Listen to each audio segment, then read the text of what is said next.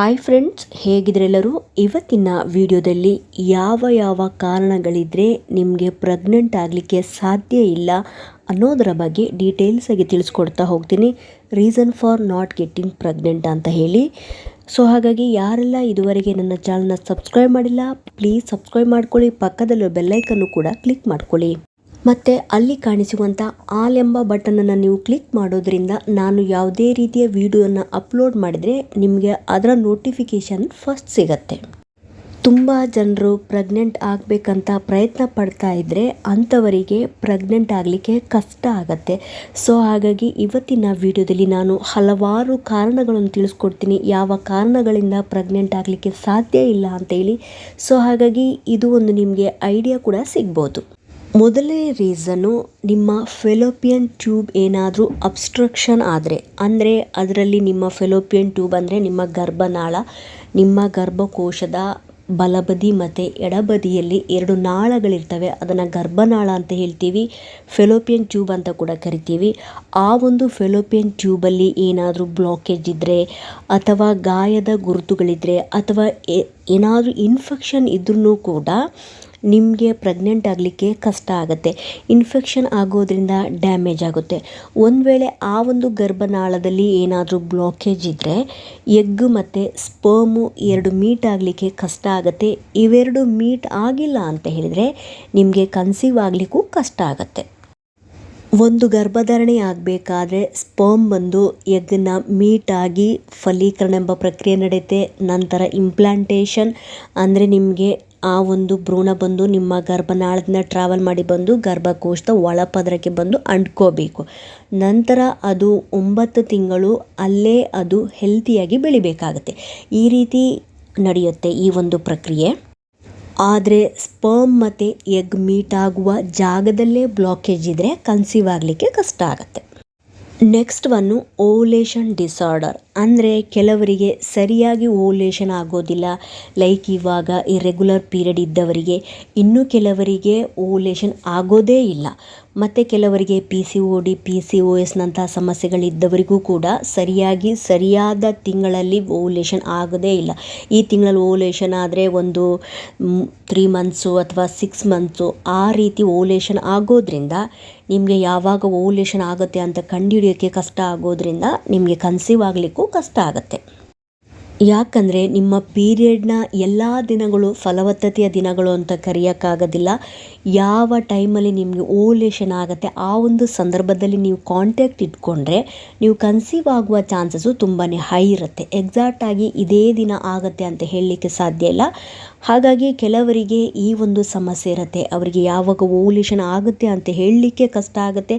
ಇನ್ನು ಕೆಲವರಿಗೆ ಓವ್ಯುಲೇಷನ್ ಆಗದೇನೂ ಕೂಡ ಇರ್ಬೋದು. ಇಂಥವರಿಗೆ ಕನ್ಸೀವ್ ಆಗಲಿಕ್ಕೆ ಸ್ವಲ್ಪ ಕಷ್ಟ ಇಡ್ಬೋದು ಅಥವಾ ಸ್ವಲ್ಪ ಸಮಯನೂ ಕೂಡ ಹಿಡಿಬೋದು. ಅಂಥವ್ರು ಏನು ಮಾಡಬೇಕು, ಡಾಕ್ಟರ್ನ ಕನ್ಸಲ್ಟ್ ಮಾಡಿ ನಿಮ್ಮ ಪ್ರತಿಯೊಂದು ಹಿಸ್ಟ್ರಿನ ಅವರಿಗೆ ಡೀಟೇಲ್ಸ್ ಆಗಿ ತಿಳಿಸ್ಬೇಕಾಗುತ್ತೆ. ಅವರು ನಿಮ್ಮನ್ನು ಟೆಸ್ಟ್ ಮಾಡಿ ಯಾವ ಟೈಮಲ್ಲಿ ನಿಮಗೆ ಓವ್ಯುಲೇಷನ್ ಆಗುತ್ತೆ, ಯಾವ ರೀತಿ ಟ್ರೀಟ್ಮೆಂಟ್ ಕೊಡಬೇಕು ಅಂತ ಹೇಳಿ ನಿಮ್ಮ ಜೊತೆಗೆ ಡಿಸ್ಕಸ್ ಮಾಡ್ತಾರೆ. ನಂತರ ನೀವು ಕನ್ಸೀವ್ ಆಗಲಿಕ್ಕೆ ಸಾಧ್ಯ ಆಗುತ್ತೆ. ನೆಕ್ಸ್ಟ್ ಒನ್ನು ಎಂಡೋಮೆಟ್ರಿಯೋಸಿಸ್ ಅಂತ ಏನಾದರೂ ಸಮಸ್ಯೆ ನಿಮ್ಮಲ್ಲಿದ್ದರೆ, ಇತ್ತೀಚಿನ ದಿನಗಳಲ್ಲಿ ಈ ಒಂದು ಸಮಸ್ಯೆ ನಾವು ಜಾಸ್ತಿ ಪ್ರಮಾಣದಲ್ಲಿ ಕಾಣ್ತೇವೆ. ಎಂಡೋಮೆಟ್ರಿಯೋಸಿಸ್ ಅಂತ ಹೇಳಿದರೆ ನಿಮ್ಮ ಗರ್ಭಕೋಶದ ಒಳಪದರ ಎಂಡೋಮೆಟ್ರಿಯಮ್ ಏನಾಗುತ್ತೆ, ಪ್ರತಿ ತಿಂಗಳು ನಿಮಗೆ ಪೀರಿಯಡ್ನ ರೂಪದಲ್ಲಿ ಅದು ಹೊರಗಡೆ ಬರಬೇಕಾಗತ್ತೆ. ಈ ಒಂದು ಎಂಡೋಮೆಟ್ರಿಯೋಸಿಸಲ್ಲಿ ಏನಾಗುತ್ತೆ, ಪೀರಿಯಡ್ ರೂಪದಲ್ಲಿ ಹೊರಗಡೆ ಬರಬೇಕಾದ ಆ ಒಂದು ಎಂಡೋಮೆಟ್ರಿಯಮ್ ಲೈನ್ ಏನಾಗುತ್ತೆ ಅದು ವಾಪಸ್ ಹೋಗಿ ನಿಮ್ಮ ಫೆಲೋಪಿಯನ್ ಟ್ಯೂಬಲ್ಲಿರ್ಬೋದು ಅಥವಾ ಓರಿ ಮೇಲೆ, ಇತರೆ ಭಾಗಗಳ ಮೇಲೆ ಅಥವಾ ಬ್ಲಾಡರ್ನ ಮೇಲೆ ಇರ್ಬೋದು, ಬವಲ್ಸ್ನ ಮೇಲೆ ಅದು ಕೂತ್ಕೊಳ್ಳುತ್ತೆ. ಅಲ್ಲಿ ಹೋಗಿ ಕೂತ್ಕೊಂಡಾಗ ಇಲ್ಲಿ ಕಾಣಿಸಿಕೊಂಡಂಥ ನಿಮ್ಮ ಗರ್ಭಕೋಶದ ಒಳಪದರಲ್ಲಿ ಕಾಣಿಸಿಕೊಳ್ಳುವಂಥ ಆ ಒಂದು ಎಂಡೋಮೆಟ್ರಿಯಮ್ ಲೈನ್ನ ಟಿಶ್ಯೂಗಳು ಅಲ್ಲಿ ಬೆಳಿಲಿಕ್ಕೆ ಸ್ಟಾರ್ಟ್ ಆಗುತ್ತೆ. ಅಲ್ಲಿ ಬೆಳೆದು ಏನಾಗುತ್ತೆ, ಅದು ಬ್ಲೀಡ್ ಆಗಲಿಕ್ಕೆ ಸ್ಟಾರ್ಟ್ ಆಗುತ್ತೆ. ಬ್ಲೀಡ್ ಆದಾಗ ಅದು ಹೊರಗಡೆ ಬರಲಿಕ್ಕೆ ಅಲ್ಲಿ ಜಾಗ ಇಲ್ಲದೆ ಅಲ್ಲೇ ಸಿಸ್ಟ್ಗಳಾಗಿ ಫಾರ್ಮ್ ಆಗುತ್ತೆ. ಅದನ್ನು ನಾವು ಚಾಕ್ಲೇಟ್ ಸಿಸ್ಟ್ ಅಂತ ಕೂಡ ಕರಿತೀವಿ. ಯಾಕೆ ಅದನ್ನು ಚಾಕ್ಲೇಟ್ ಸಿಸ್ಟ್ ಅಂತ ಕರಿತೀವಿ ಅಂತ ಹೇಳಿದರೆ, ಅದರೊಳಗೆ ಕಲೆಕ್ಟ್ ಆಗಿರುವಂಥ ಬ್ಲಡ್ ತುಂಬ ಡಾರ್ಕ್ ಆಗಿ ಇರುತ್ತೆ ಮತ್ತು ಅದು ನೋಡಲಿಕ್ಕೆ ಚಾಕ್ಲೇಟ್ ಸಿರಪ್ ಥರ ಇರುತ್ತೆ. ಈ ರೀತಿ ಆದಾಗ ಡಾಕ್ಟ್ರು ಅದನ್ನು ಲ್ಯಾಪ್ರೋಸ್ಕೋಪಿ ಮಾಡುವುದರ ಮೂಲಕ ಅದನ್ನು ರಿಮೂವ್ ಮಾಡ್ತಾರೆ. ಆದರೆ ಇನ್ನು ಕೆಲವರಿಗೆ ಅದು ರಿಪೀಟ್ ಆಗುವಂಥ ಸಾಧ್ಯತೆಗಳಿವೆ. ಈ ರೀತಿ ಏನಾದರೂ ಸಮಸ್ಯೆ ನಿಮ್ಮಲ್ಲಿ ಕಂಡು ಬಂದಲ್ಲಿ ನೀವು ಅಗತ್ಯವಾಗಿ ಡಾಕ್ಟ್ರನ್ನ ಕಾಣಬೇಕಾಗತ್ತೆ. ಅವರು ಯಾವ ರೀತಿ ಟ್ರೀಟ್ಮೆಂಟ್ ಮಾಡ್ತಾರೆ ಅದನ್ನು ನೀವು ಪಡಿಬೇಕಾಗತ್ತೆ. ನೆಕ್ಸ್ಟ್ ಒನ್ನು ಯೂಟ್ರೈನ್ ಅಬ್ನಾರ್ಮಲಿಟೀಸ್, ಅಂದರೆ ಬೈ ಬರ್ತ್ ನೀವು ಹುಟ್ಟುವಾಗಲೇ ನಿಮ್ಮ ಗರ್ಭಕೋಶದ ಸೈಜ್ ಅಥವಾ ಶೇಪ್ ಏನಿರುತ್ತೆ ಅದು ತುಂಬ ಚಿಕ್ಕದಿರುತ್ತೆ. ಮತ್ತು ಆ ಒಂದು ಯೂಟ್ರಸ್ಸು ಸರಿಯಾದ ಶೇಪ್ನಲ್ಲಿ ಇಲ್ಲದೆ ಇರ್ಬೋದು. ಇರ್ರೆಗ್ಯುಲರ್ ಯೂಟ್ರೈನ್ ಶೇಪ್ ಅಂತ ಕೂಡ ಕರಿತೀವಿ.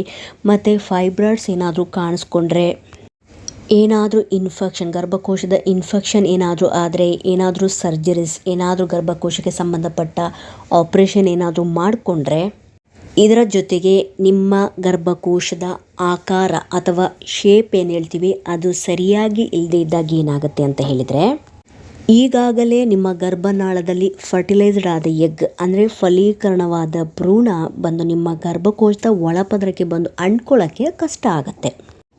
ನೆಕ್ಸ್ಟ್ ಒನ್ನು ಒಬೇಸಿಟಿ, ಅಂದರೆ ಅಧಿಕ ತೂಕ ಕೆಲವರು ಇರ್ತಾರೆ. ಇನ್ನು ಕೆಲವರಲ್ಲಿ ತೂಕ ಕಡಿಮೆ ಇದ್ದವರಲ್ಲೂ ಕೂಡ ಈ ಸಮಸ್ಯೆ ಕಾಣಿಸ್ಕೊಳ್ಳುತ್ತೆ. ಅಂದರೆ ಹಸ್ಬೆಂಡ್ ಮತ್ತು ವೈಫ್ನ ತೂಕ ನಾರ್ಮಲ್ ಆಗಿರಬೇಕಾಗತ್ತೆ. ಒಂದು ಐಡಿಯಲ್ ವೆಯ್ಟ್ನ ನೀವು ಮೇಂಟೈನ್ ಮಾಡಬೇಕಾಗತ್ತೆ.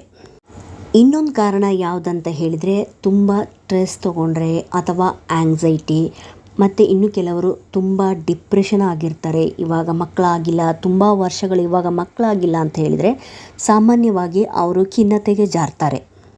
ಒಂದು ವೇಳೆ ನೀವು ಅತಿಯಾಗಿ ಸ್ಟ್ರೆಸ್ನಲ್ಲಿದ್ದರೆ ಏನಾಗುತ್ತೆ ಅಂತ ಹೇಳಿದರೆ, ಇದು ನಿಮ್ಮ ಪೀರಿಯಡ್ ಸೈಕಲ್ನ ಮೇಲೆ ನೇರವಾಗಿ ಪರಿಣಾಮ ಬೀರುತ್ತೆ. ಮತ್ತು ಅಂಡೋತ್ಪತ್ತಿ ಮಾಡುವುದರಲ್ಲೂ ಕೂಡ ಇದು ಪರಿಣಾಮ ಬೀರುತ್ತೆ. ಈ ರೀತಿ ಆಗೋದ್ರಿಂದ ಪ್ರತಿ ತಿಂಗಳು ನಿಮಗೆ ಸರಿಯಾದ ಸಮಯಕ್ಕೆ ಅಂಡಾಶಯದಿಂದ ಅಂಡಾಣು ಬಿಡುಗಡೆ ಆಗದೇ ಇರೋದ್ರಿಂದ ಕನ್ಸೀವ್ ಆಗಲಿಕ್ಕೂ ಕಷ್ಟ ಆಗತ್ತೆ. ಇದನ್ನು ನಿವಾರಿಸಲು ನೀವು ಯೋಗ, ಮೆಡಿಟೇಷನ್ ಇವುಗಳನ್ನು ಅಭ್ಯಾಸ ಮಾಡಿಕೊಳ್ಬೋದು. Next one age factor.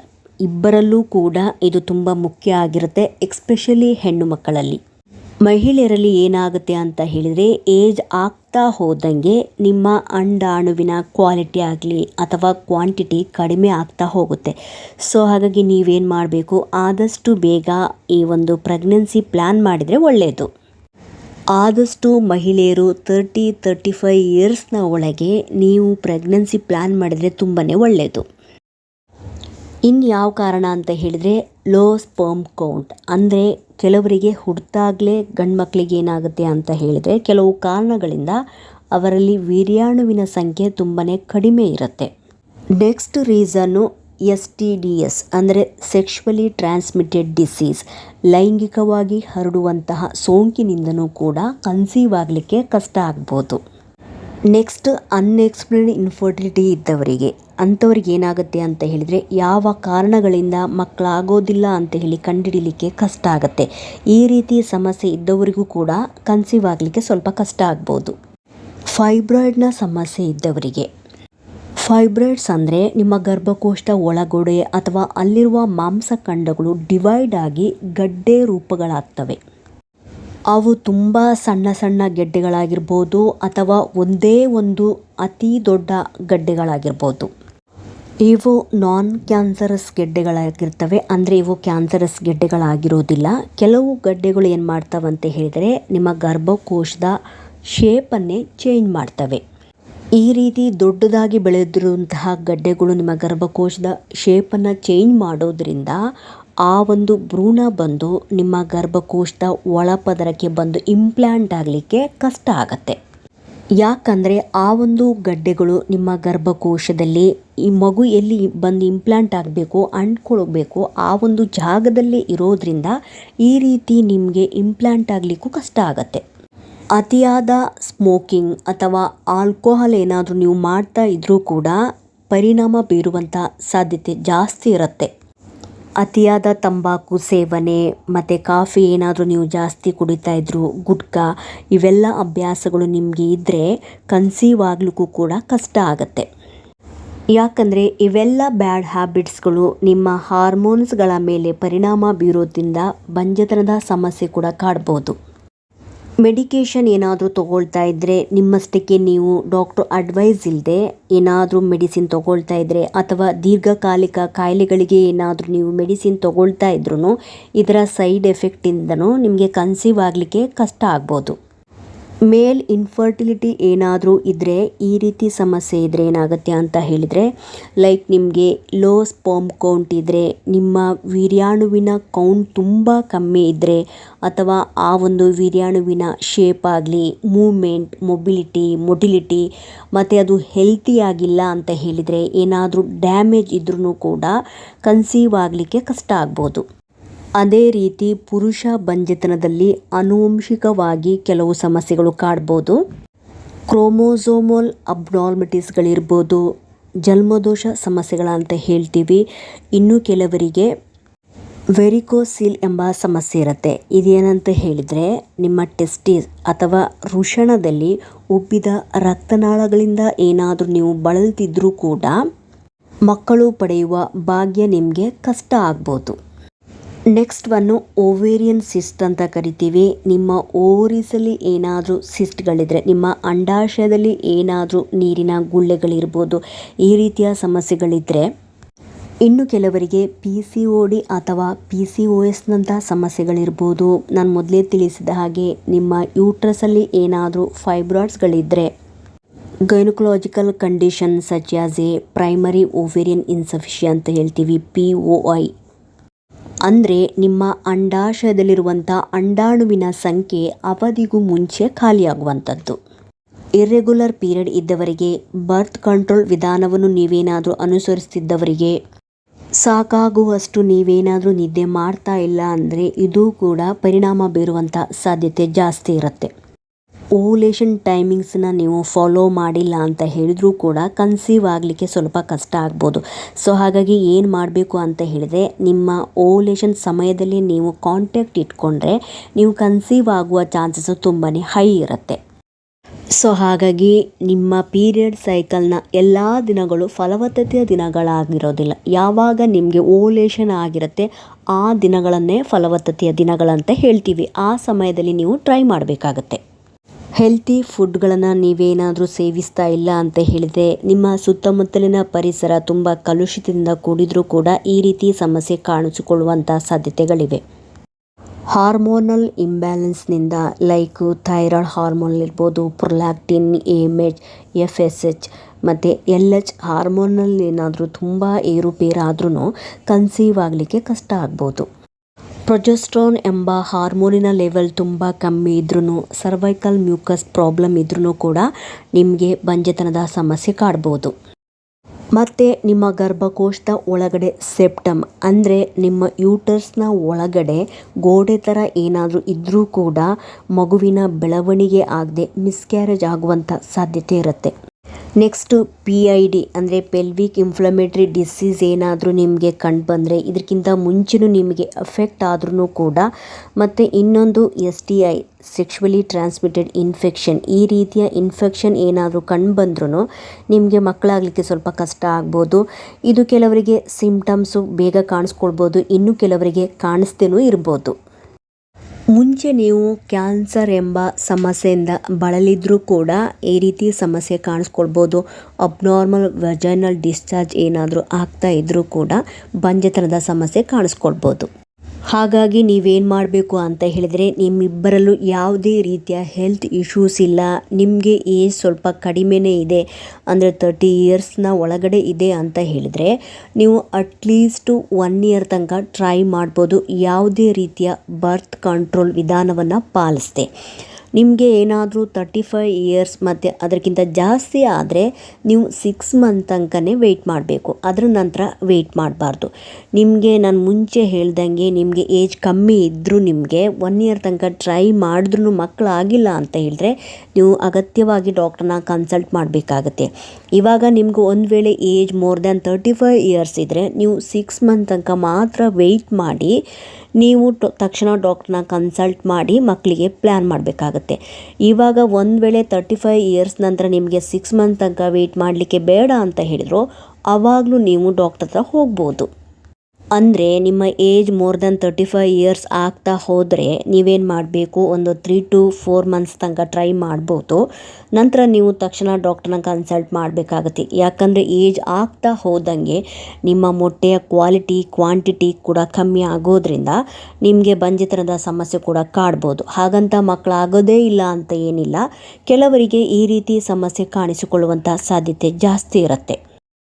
ಇವತ್ತಿನ ವಿಡಿಯೋದಲ್ಲಿ ತಿಳಿಸಿರುವಂತಹ ಎಲ್ಲ ಕಾರಣಗಳಿಗೂ ನಿಮಗೆ ಟ್ರೀಟ್ಮೆಂಟ್ ಡಾಕ್ಟ್ರು ಕೊಡ್ತಾರೆ. ಹಾಗಾಗಿ ಅದ್ರ ಬಗ್ಗೆ ನೀವು ಟೆನ್ಷನ್ ಮಾಡುವ ಅಗತ್ಯವಿಲ್ಲ. ನಿಮಗೆ ಫಸ್ಟ್ ಆಫ್ ಆಲು ನಿಮ್ಮ ದೇಹದಲ್ಲಿ ಅಥವಾ ಬೇರೆ ಏನಾದರೂ ಲಕ್ಷಣಗಳು ಕಂಡು ಬಂದರೆ ಅಗತ್ಯವಾಗಿ ನೀವು ಡಾಕ್ಟ್ರನ್ನ ಕಾಣಬೇಕಾಗತ್ತೆ. ಹಾಗಂತ ಹೇಳಿ ತುಂಬ ಸಮಯದ ತನಕ ಇದೇ ಒಂದು ಕಂಡೀಷನಲ್ಲಿ ನೀವು ವೆಯ್ಟ್ ಮಾಡಬಾರ್ದು. ನೀವು ಡಾಕ್ಟ್ರ್ ಹತ್ರ ಒಮ್ಮೆ ಹೋಗಿ ಅವರು ನಿಮಗೆ ಬೇಸಿಕ್ ಟೆಸ್ಟ್ಗಳನ್ನು ಮಾಡ್ಬೋದು, ಹಾರ್ಮೋನ್ ಟೆಸ್ಟ್ ಇರ್ಬೋದು, ಅಥವಾ ನಿಮಗೆ ಸ್ಕ್ಯಾನ್ಗಳನ್ನು ಮಾಡಿ ನೀವು ಎಷ್ಟು ಟೈಮ್ ವೆಯ್ಟ್ ಮಾಡ್ಬೋದು, ಯಾವ ರೀತಿ ನಿಮಗೆ ಟ್ರೀಟ್ಮೆಂಟ್ ಕೊಡ್ಬೋದು ಅಂತ ಹೇಳಿ ಅವರು ನಿಮಗೆ ಡಿಸ್ಕಸ್ ಮಾಡಿದಾಗ ನಿಮಗೆ ಆವಾಗ ಸಮಾಧಾನ ಸಿಗುತ್ತೆ. ಮತ್ತು ವೆಯ್ಟ್ ಮಾಡ್ಬೋದಾದರೂ ನೀವು ವೆಯ್ಟ್ ಮಾಡ್ಬೋದು ವಿತ್ ಡಾಕ್ಟರ್ ಅಡ್ವೈಸು. ಇವತ್ತಿನ ವಿಡಿಯೋದಲ್ಲಿ ಯಾವ ಕಾರಣಗಳಿಂದ ಬಂಜೆತನದ ಸಮಸ್ಯೆ ಕಾಡ್ಬೋದು ಅನ್ನೋದರ ಬಗ್ಗೆ ಡೀಟೇಲ್ಸ್ ಆಗಿ ನಾನು ತಿಳಿಸ್ಕೊಟ್ಟಿದ್ದೀನಿ. ಸೊ ಹಾಗಾಗಿ ನೀವು ಹೆದರ್ಕೊಳ್ಳೋ ಅವಶ್ಯಕತೆ ಇಲ್ಲ. ನಿಮಗೆ ಪ್ರತಿಯೊಂದು ವಿಷಯ ತಿಳಿದಿರಬೇಕಲ್ಲ, ಅದಕ್ಕೋಸ್ಕರ ಇವತ್ತಿನ ವಿಡಿಯೋದಲ್ಲಿ ನಾನು ಡೀಟೇಲ್ಸ್ ಆಗಿ ತಿಳಿಸ್ಕೊಟ್ಟಿದ್ದೀನಿ. ಸೊ ಹಾಗಾಗಿ ಇವತ್ತಿನ ವಿಡಿಯೋದಲ್ಲಿ ತಿಳಿಸಿರುವಂಥ ಇನ್ಫಾರ್ಮೇಷನ್ ನಿಮಗೆ ಇನ್ಫಾರ್ಮೇಟಿವ್ ಅನಿಸಿದ್ದಲ್ಲಿ ಪ್ಲೀಸ್ ಸಬ್ಸ್ಕ್ರೈಬ್ ಮಾಡೋದನ್ನು ಮರಿಬೇಡಿ. ಸಿಗ್ತೀನಿ ಮುಂದಿನ ವಿಡಿಯೋದಲ್ಲಿ. Thank you so much friends.